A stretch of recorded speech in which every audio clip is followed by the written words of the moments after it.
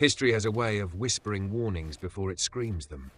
And if you listen closely to those whispers, you realize something unsettling. The world has been here before, standing on the edge, convinced it was safe. In 1929, the whisper turned into a roar. The stock market collapsed, plunging America into the Great Depression. Over the next 3 years, stocks didn't just fall, they plummeted 89%, erasing wealth with a viciousness no one thought possible.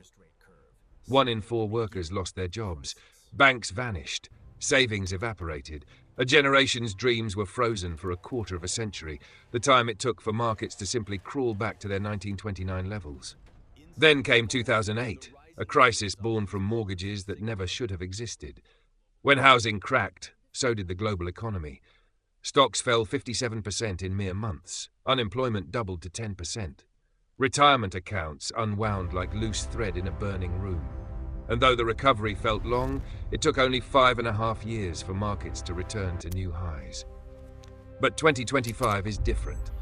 This time the danger isn't a single bubble.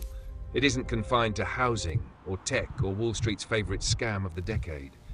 This time everything inflated together, stocks, real estate and bonds, creating what historians now call the everything bubble, a rare phenomenon so large and synchronized that when it bursts, there is nowhere left to hide. This isn't just volatility. This is structural fragility. And fragility always snaps. The modern world wants to believe it's smarter than the past. More tools, more data, more computing power. But the irony is devastating. The very tools that saved us in 1929 and 2008, interest rate cuts, unlimited money printing, government bailouts, have already been used to exhaustion. The Federal Reserve cannot cut rates to zero. They're already dangerously low compared to inflation. It cannot print trillions. The last attempt triggered the highest inflation in 40 years. The US government cannot issue endless bailouts. It's already drowning beneath $36 trillion of federal debt, a number growing faster than the economy that's supposed to support it. So when people ask, what makes you so sure that 2025-2026 will be catastrophic? The answer is simple. This is not speculation. This is mathematics. And mathematics doesn't negotiate. To understand why the crash window of November 2025 to June 2026 is flashing red from every direction, you must understand the true nature of this crisis. Because we're not dealing with one bubble. We're dealing with 3. Simultaneous, synchronized, historically unprecedented. The first bubble, stocks, a market built on a foundation of glass. Throughout American history, the stock market has cycled through booms and collapses. Yet only twice, in 1929 and 2000, did valuations become so extreme that they disconnected entirely from economic reality. Now in 2025, we've reached those same stratospheric levels. The S&P 500 trades at a price-to-earnings ratio of 28, nearly double the long-term average. This is the kind of number you see before things break. And both times the market reached similar excess, 1929 and 2000. A crash followed within months. But the real danger in 2025 isn't just valuation, it's concentration. 7 companies, Apple, Microsoft, Nvidia, Amazon, Alphabet, Meta, and Tesla, now represent nearly 1/3 of the entire S&P 500's value. This level of dependence hasn't existed in almost a century. Back in 1929, a handful of industrial giants quietly held up the entire stock market right before the floor collapsed underneath them. This time, the market stands on the shoulders of 7 tech titans. But what happens when one shoulder buckles? Consider Nvidia, the crown jewel of the AI boom. The company trades at a PE above 65, a valuation so extreme it rivals only the wildest days of the dot-com era. Nvidia is now valued at over $3 trillion, more than the entire German stock market. That's not a valuation, that's a collective hallucination. This moment mirrors 1999 in eerie detail. Back then, too, people believed a new technology, the internet, would rewrite every rule of business. In a way, they were right. But they were disastrously wrong about what that meant for stock prices in the short term. The internet reshaped the world, but the Nasdaq still fell 78% before the dust settled. AI will transform industries, but speculation transforms markets and then destroys them. The second bubble, real estate, a silent giant on the edge of collapse. If the stock bubble is the loud, flashy crisis waiting to happen, real estate is the silent one, heavier, older, and more dangerous. In 2025, American home prices sit 50% above their long trend relative to income and rent. For context, at the peak of the 2008 housing bubble, the bubble that nearly collapsed global capitalism, prices were 35% above trend. That means today's housing market is 43% more overvalued than the one that destroyed the financial system in 2008. Let that settle in your mind. Let it sit there heavy, because most Americans have been lulled into believing today's prices are normal. But bubbles feel most normal right before they pop, and residential real estate is only half the story. Commercial real estate is already collapsing. Office towers across major cities sit at 45% vacancy, a direct legacy of remote work becoming permanent. San Francisco alone has 35% empty office space, the highest in US history. These buildings were financed when interest rates were 3%. Now those loans must be refinanced at 7 to 9%, and the math simply doesn't work. Owners will default. Banks will take losses, and the slow-motion collapse of commercial real estate in 2024 will accelerate violently in 2025 and 2026. This is the 2008 crisis, rewritten, but this time the bombs are buried in offices instead of suburban cul-de-sacs. The third bubble, bonds, the one asset that was never supposed to break. For over a century, one rule held constant. When stocks collapse, investors run to bonds. That worked in 1929. It worked in 2008. It worked in every panic in between. But in 2025, the bond market is crashing alongside stocks for the first time in modern history. Why? Because the US government has issued so much debt, $36 trillion and rising, that the market can no longer absorb it without demanding higher yield. And higher yields destroy the price of existing bonds. America's annual interest bill now exceeds $1.2 trillion, more than the budget for defense and even Social Security. When your interest payments alone equal the GDP of Mexico, you no longer control your future. Your lenders do. We now stand on the threshold of something the modern world has never seen. An everything bubble unraveling all at once. Stocks overvalued, real estate stretched beyond reason, bonds collapsing under the weight of impossible government debt. And yet, this is only the beginning. Ahead lies a pattern so close to 1929 that economists describe it as frame-for-frame déjà vu. But 2025 carries a twist darker than anything in 1929 or 2008. Because this time, almost every American is exposed. And this time, the tools that saved us before no longer exist. To see where we're going, we have to go back to where this story was first written, 1929. That year, the stock market wasn't just expensive. It was entering territory no one had ever seen before. The Dow Jones price-to-earnings ratio reached around 33, a level that made traditional investors uneasy, but made speculators euphoric. People didn't think in terms of risk anymore. They thought in terms of missing out. In 2025, the same pattern reappears like a ghost. The S&P 500 sits at 28 times earnings. Not quite as high as 1929 on paper, but in a world already heavily indebted, already stretched, it's just as dangerous, maybe more. Because the bubble isn't just in the numbers, it's in the story people tell themselves about the future. This time is different. The most expensive sentence in history. In 1929, the miracle technologies were electricity, radio, and the automobile.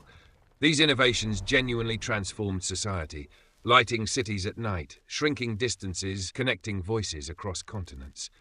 It felt like a permanent new era. Pundits said the old rules no longer applied. They said cycles were over. They said prosperity was built into the new economy. Sound familiar? In 2025, that role is played by artificial intelligence. The narrative is almost identical. AI will change everything. AI will make companies infinitely efficient. AI will justify any price for stocks linked to it. The technology is real. So was the radio. So was the car.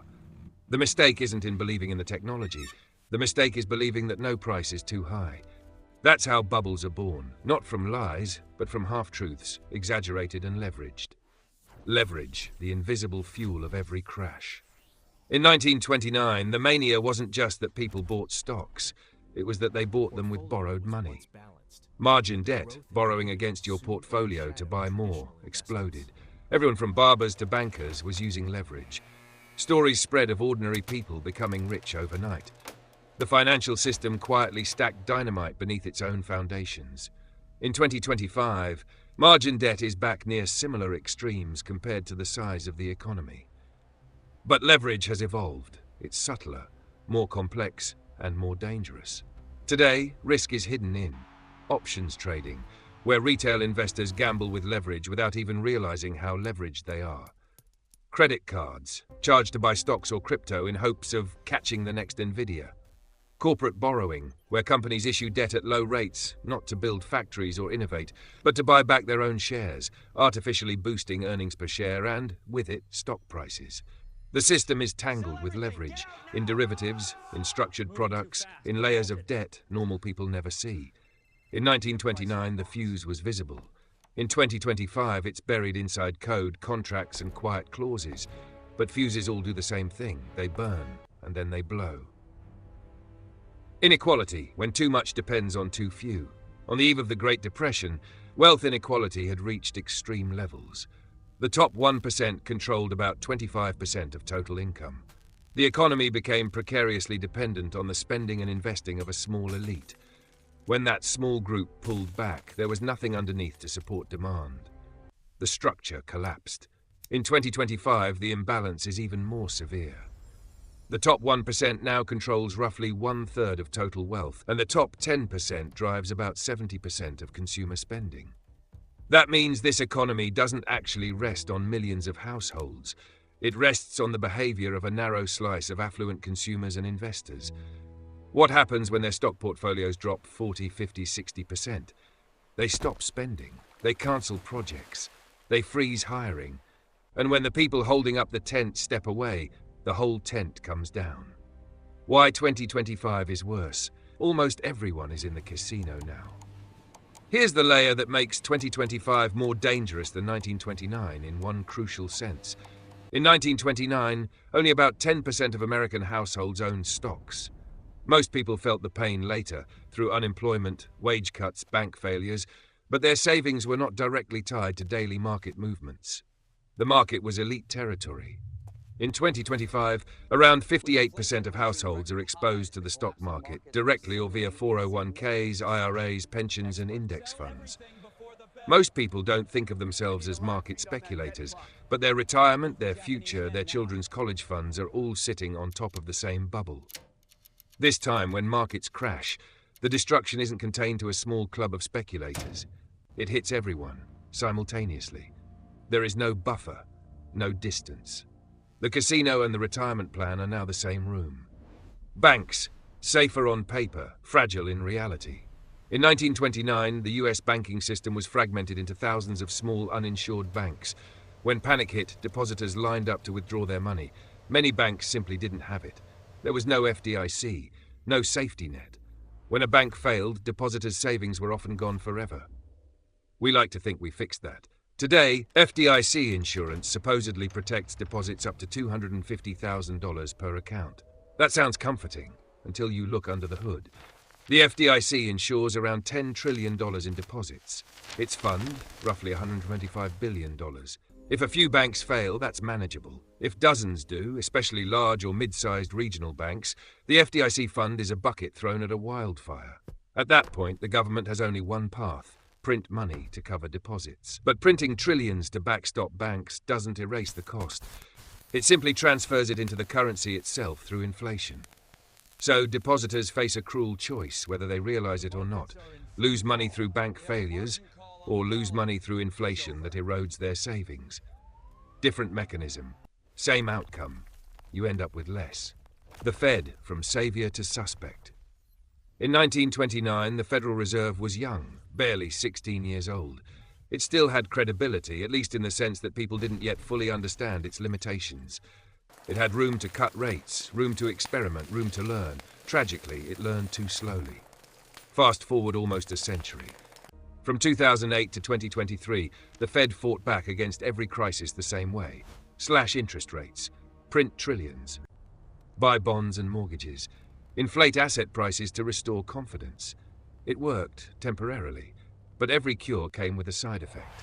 After 2008, quantitative easing flooded the system with cheap money. After COVID, even more money poured in. Zero-rate policies lingered for years.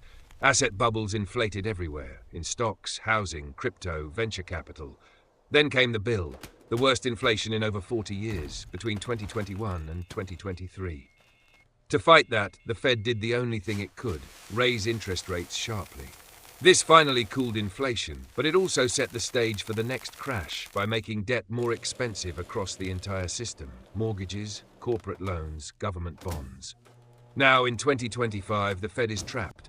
If it cuts rates aggressively when markets start to crash, it risks unleashing another wave of inflation, worse than the last. If it does nothing, markets implode, banks fail, unemployment soars, and the economy slides toward depression.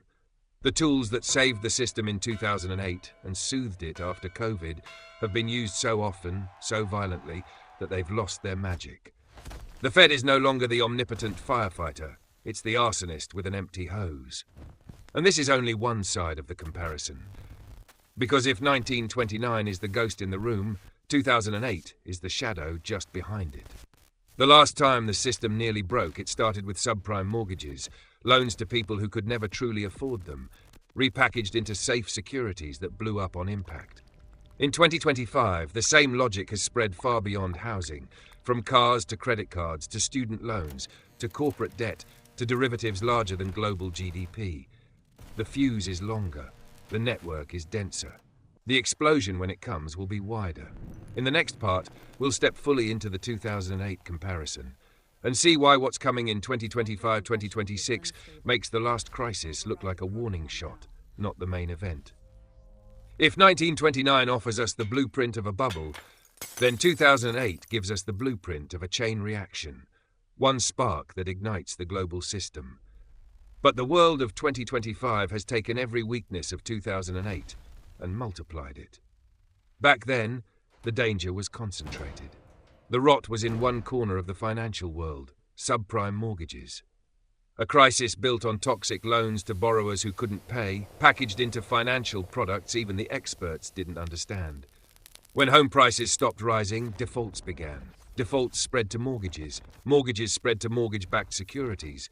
Securities exposed bank leverage. Bank leverage took down banks. And in September 2008, Lehman Brothers collapsed, triggering panic that ricocheted across the global economy. In 2025, the danger isn't in one corner, it's in every corner. The new subprime, every borrower is stretched at. In 2008, subprime meant a bad mortgage.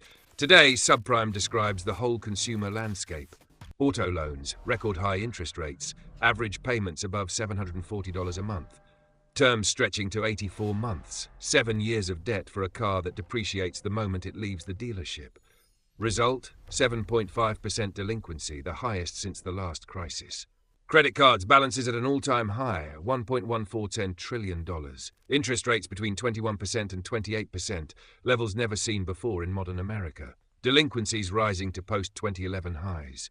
Student loans, payments resumed in 2023 after a 3-year pause. Total owed, $1.777 trillion, a math equation that no repayment plan can solve. Millennials and Gen Z entering 2025 with debt they will likely carry for life. And then there's corporate debt, the silent monster of this era.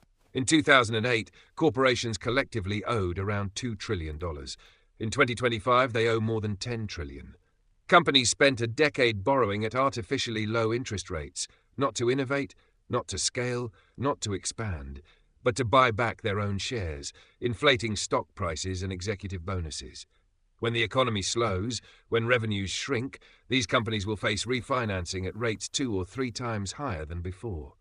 What happened to homeowners in 2008 happens now to entire corporations. This is not a subprime crisis. This is a system-wide credit crisis. Leverage, from bad to algorithmically worse. The 2008 crisis was fueled by leverage at around 31 for institutions like Lehman Brothers. That meant a 3% drop in asset value could wipe them out. But in 2025, leverage is largely hidden inside the derivatives market, a market so vast that its notional value exceeds $600 trillion over 10 times global GDP.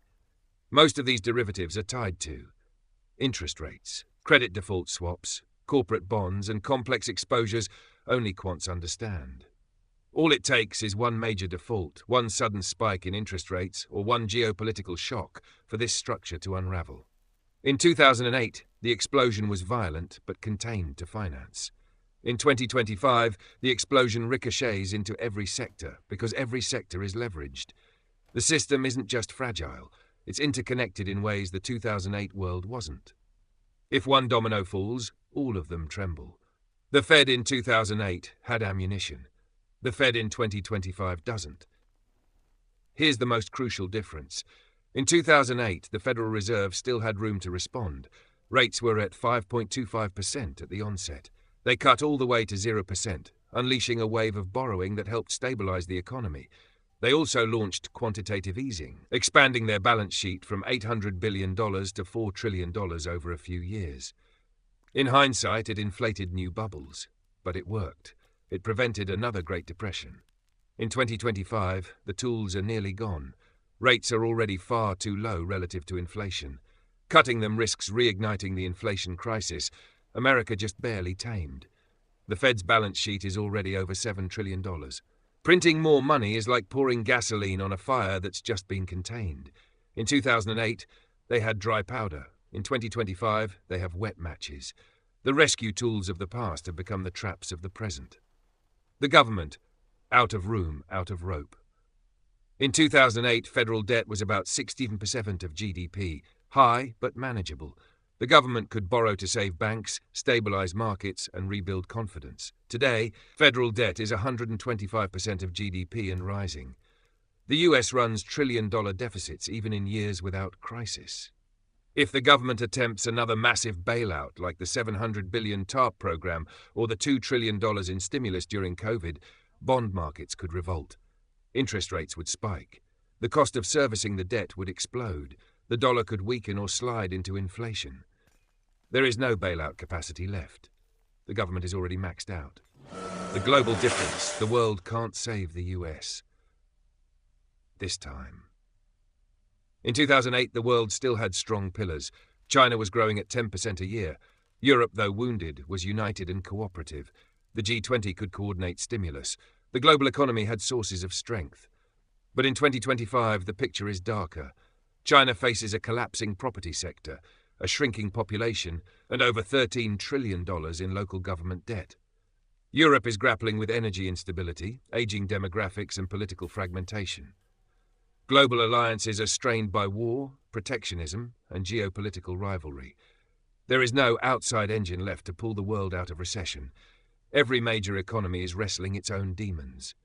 In a global storm, everyone is looking for shelter, but there are no dry places left on the map.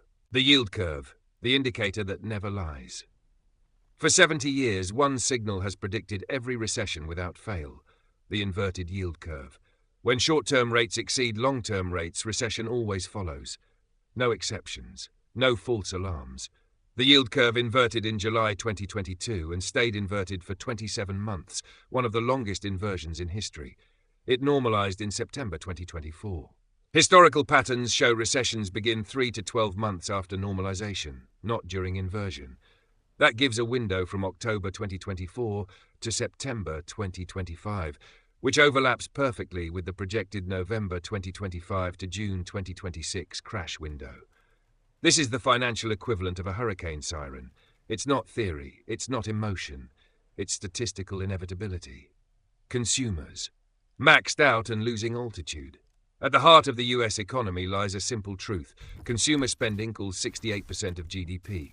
If consumers stop spending, the economy stops moving, and in 2025, consumers have hit the wall. Savings rates are near record lows. Real wages stagnate.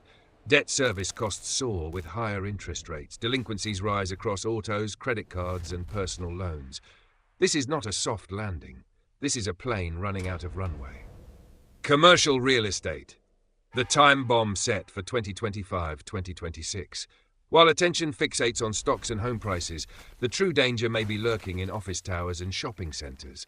More than $2 trillion in commercial mortgages come due between 2025 and 2026. These loans were issued when rates were around 3%. Now refinancing requires 7 to 9%. A building that barely survived at 3% becomes bankrupt at 8%. Values plunge by 40 to 60%. Owners walk away. Banks absorb losses. Capital gets wiped out. Banks fail. This is not hypothetical. It has already begun. Silicon Valley Bank 2023, Signature Bank 2023, First Republic 2023, New York Community Bank 2024. And these failures happened without a recession. Imagine what happens when unemployment rises, companies cut leases, and property defaults soar. The fuse has already been lit. 2025-2026 is the year it reaches the dynamite. We now stand at the point where all four forces, consumer weakness, corporate leverage, government debt, and fragile banks intersect. The Magnificent Seven, insider selling, Buffett's warnings, the labor market cracks, and the cascade that turns a downturn into a catastrophe. Every financial collapse has its pressure points, specific weaknesses hidden inside the system that snap first. And when they snap, the shock travels faster than anyone expects. In the late 1920s, it was margin debt and industrial overvaluation. In 2008, it was subprime mortgages and synthetic derivatives. In 2025, the weak points lie in the heart of the modern market itself. The Magnificent Seven, insiders cashing out, Buffett stepping back, a softening labor market, and the consumer credit machinery grinding to a halt. This isn't one signal, it's a symphony of alarms playing in unison. The Magnificent Seven, a fragile pillar holding up an entire empire. The modern stock market is not a broad, diversified mosaic. It is a pyramid balanced on 7 stones. Apple, Microsoft, Nvidia, Amazon, Alphabet, Meta, and Tesla. Together, they carry 30% of the S&P 500's entire value, the highest concentration in index history. This concentration is more than unusual. It is unnatural. And in finance, the unnatural always reverts with force. Consider Nvidia, the torchbearer of the AI boom. With a PE above 65 and valuation exceeding $3 trillion, its weight is so large that it accounts for roughly 7% of the S&P 500 alone. If Nvidia falls 50%, as many tech leaders did in previous bubbles, it drags the entire market down several percentage points instantly, before a single share of any other company is sold. In 1929, a handful of industrial giants held similar influence. In 2000, Cisco, Intel, and Microsoft formed the backbone of the dot-com bubble. Today's giants stand even taller, and the taller the pillar, the harder the fall. Markets built on a few stories collapse when even one story breaks. Insider selling, when those who know the truth cash out. There is one group who always sees the storm before the public. Insiders, executives, founders, and board members. People who know their company's real numbers, real risks, real trajectory. In 1929, insiders quietly sold for months before the crash. In 2000, tech executives dumped shares even as they told the public to stay the course. And in 2024-2025, insider selling has surged to levels only seen before major bear markets. Jeff Bezos sold over $13 billion of Amazon stock. Mark Zuckerberg sold billions in Meta shares. Nvidia executives sold stock during the company's most euphoric rally. Insiders don't sell because they know everything is fine. They sell because they know the illusion is fragile. If the people closest to the truth are quietly leaving the theater, it's not because the movie is getting better. Warren Buffett, the oracle who retreats before disaster. When Warren Buffett does something unusual, the world should pay attention. And today Buffett is doing something he has almost never done in his 60-year track record. He's hoarding cash. More cash than at any point in Berkshire Hathaway's history. Over $325 billion, not invested in stocks, not deployed into acquisitions, sitting idle, waiting. He has reduced exposure to big tech, including trimming his enormous Apple position. He is buying treasury bills instead of equities. His favored valuation metric, the Buffett indicator, total stock market value divided by GDP, reads 185%, one of the highest levels ever recorded. Buffett has warned that anything above 120% signals severe overvaluation. We're not above it. We're nearly double it. Buffett is not a man driven by fear. He is driven by math. And math says everything is too expensive, too fragile, too inflated. The labor market, a crack that turns into a canyon. Crashes rarely begin when unemployment is high. They begin when unemployment is rising. That rise is more important than the number itself. In 2023, unemployment sat at a historic low of 3.4%. By late 2025, it climbed to 4.1%. Still low, yes, but the direction is the danger. Economist Claudia Salm discovered a rule now used by policymakers worldwide. When unemployment rises 0.5 percentage points above its 12-month low, a recession is already underway. No false signals since 1970. As of October 2025, we're at that threshold. The climb is slow, then sudden, then violent. Rising unemployment freezes spending. Frozen spending kills businesses. Business failures cause layoffs. Layoffs trigger more unemployment. It is a cycle that feeds on itself, a downward spiral that accelerates once it begins. Auto loan delinquencies, the forgotten canary in the coal mine. Auto loans seem small, unimportant compared to stocks or tech valuations, but historically, they are one of the earliest indicators of consumer stress. And in 2025, the numbers are as grim as they were in 2008. 7.5% of auto loans are 90-plus days overdue. Loan terms have stretched to 84 months, trapping borrowers in debt. Average monthly payments exceed $740, higher than many Americans' rent in 2010. When people stop paying their auto loans, it's not because they dislike their cars, it's because they have no money left. And when they lose their cars, many lose their jobs. Transportation is the backbone of employment. Auto defaults cause job loss. Job loss causes more defaults. The cycle deepens. Just like 2008, the problem begins at the margins and then moves inward. The student debt crunch, a generation with no room to fall. Student loan payments resumed in 2023 after a 3-year freeze, but the economy younger Americans entered after COVID is harsh, expensive, and unforgiving. Total student debt, $1.77 trillion, 43 million borrowers. A growing share choosing to default, convinced they'll never repay the debt anyway. Every dollar going to student loans is a dollar not going into. Homes, families, businesses, consumption. The generation that should drive economic growth is instead carrying a mortgage-sized burden with no asset to show for it. This is not just a financial problem. It is a demographic and economic anchor dragging down future growth. Japan faced this in the 1990s. It took them 34 years to recover market highs. History doesn't repeat, but it teaches, and it's teaching the same painful lesson again.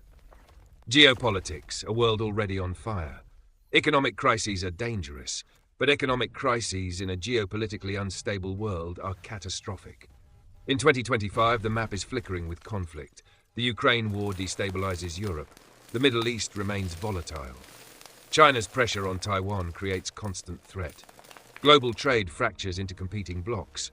Any of these could spark an oil shock, supply chain collapse, or financial panic. In 1973, a single oil embargo triggered years of stagflation, the deadly mix of high inflation and recession.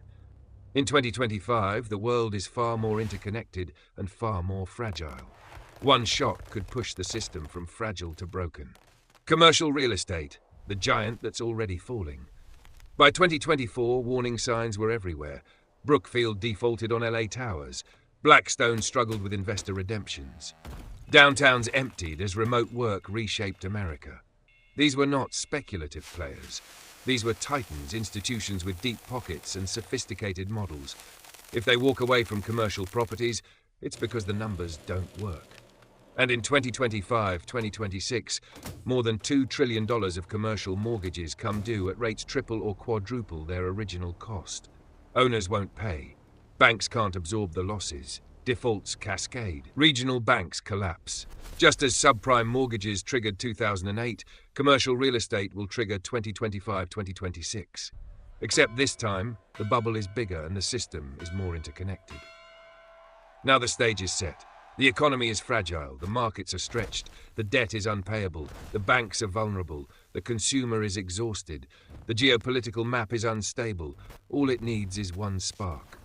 How the crash begins, how it spreads, how wealth gets erased, how the economy snaps, and what happens to retirement accounts, home prices, jobs, and the dollar when the cascade becomes unstoppable. A financial crash rarely announces itself. It does not arrive like a storm with thunder in the distance. It arrives like a crack in the ice, small, almost invisible, then spreads faster than anyone can react. The system is already stretched. The fuse is already lit. All that's missing is the spark. And in 2025 to 2026, that spark could come from anywhere. The first domino, an earnings miss or a technical break. Perhaps it begins when Nvidia or another Magnificent Seven titan misses earnings by even a modest margin. In a normal market, this would trigger a temporary dip. But in a market priced for perfection, in a market built on AI euphoria and unreal expectations, it triggers something else: algorithmic selling.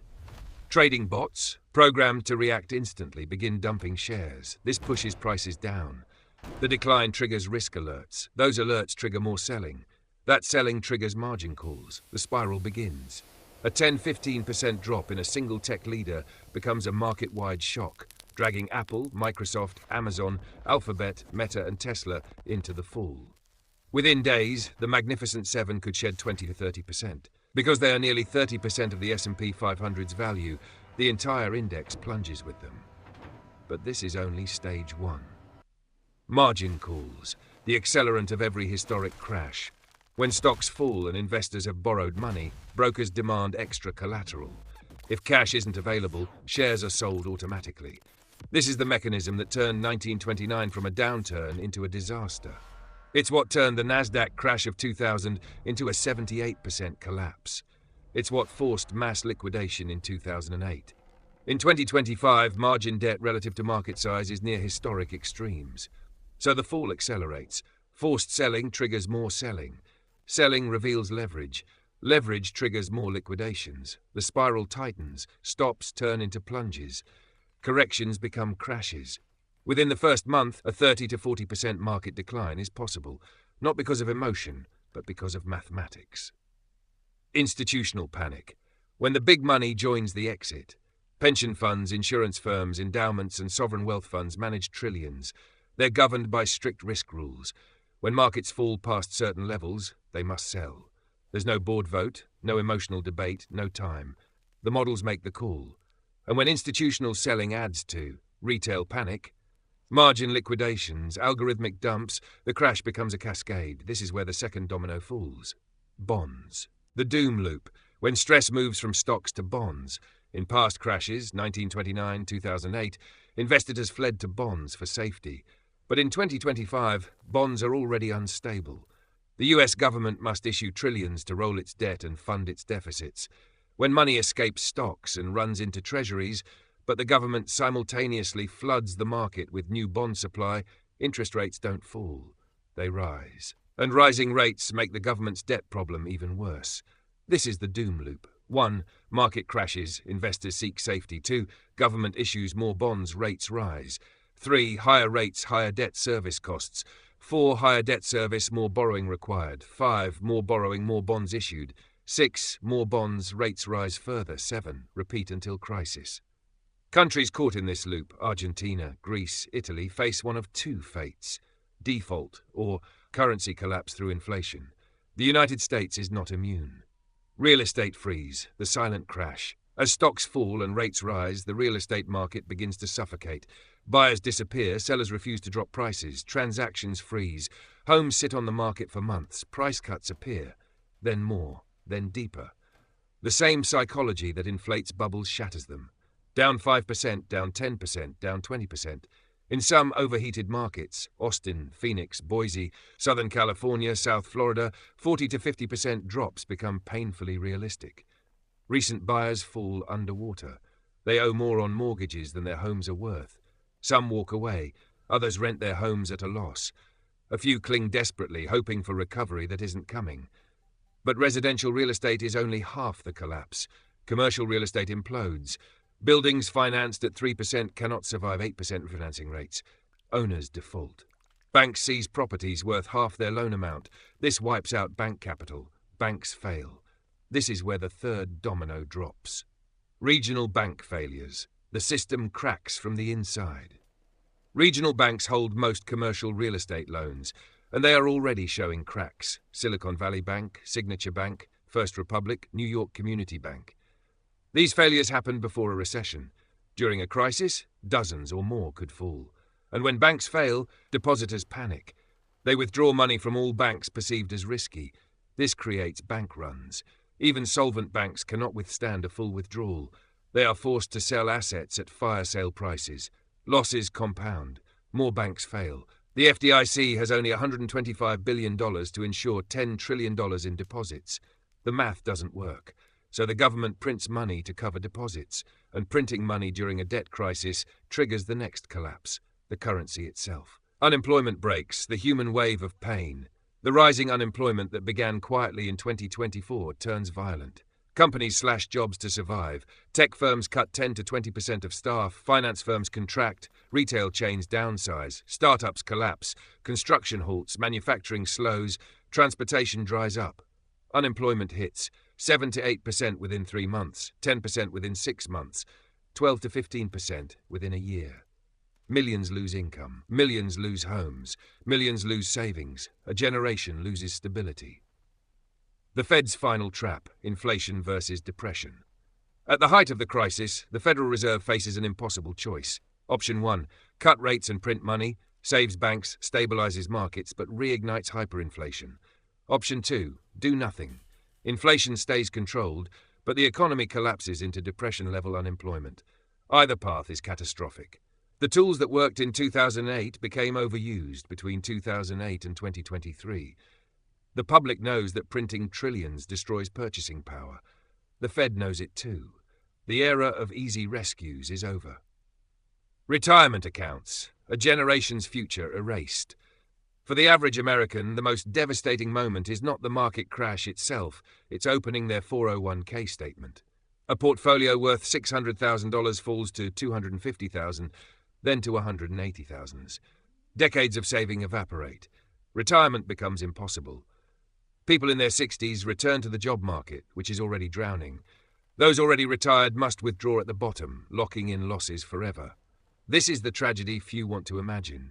People don't just lose money, they lose time. Time they cannot replace. Japan's market took 34 years to recover from its 1990 crash. If the US mirrors that, millions will never recover their wealth. The young generation, entering a ruined landscape. For those graduating in 2026 and 2027, the job market is a wasteland.